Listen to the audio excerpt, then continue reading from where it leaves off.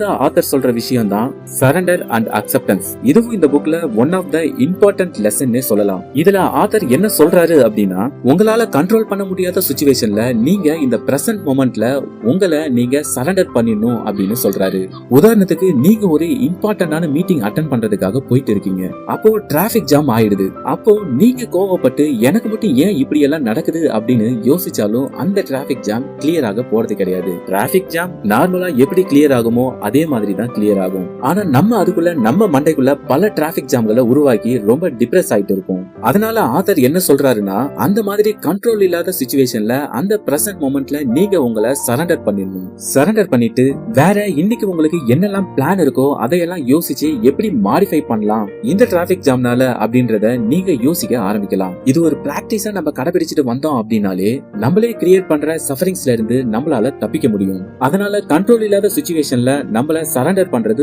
ரொம்ப முக்கியம்.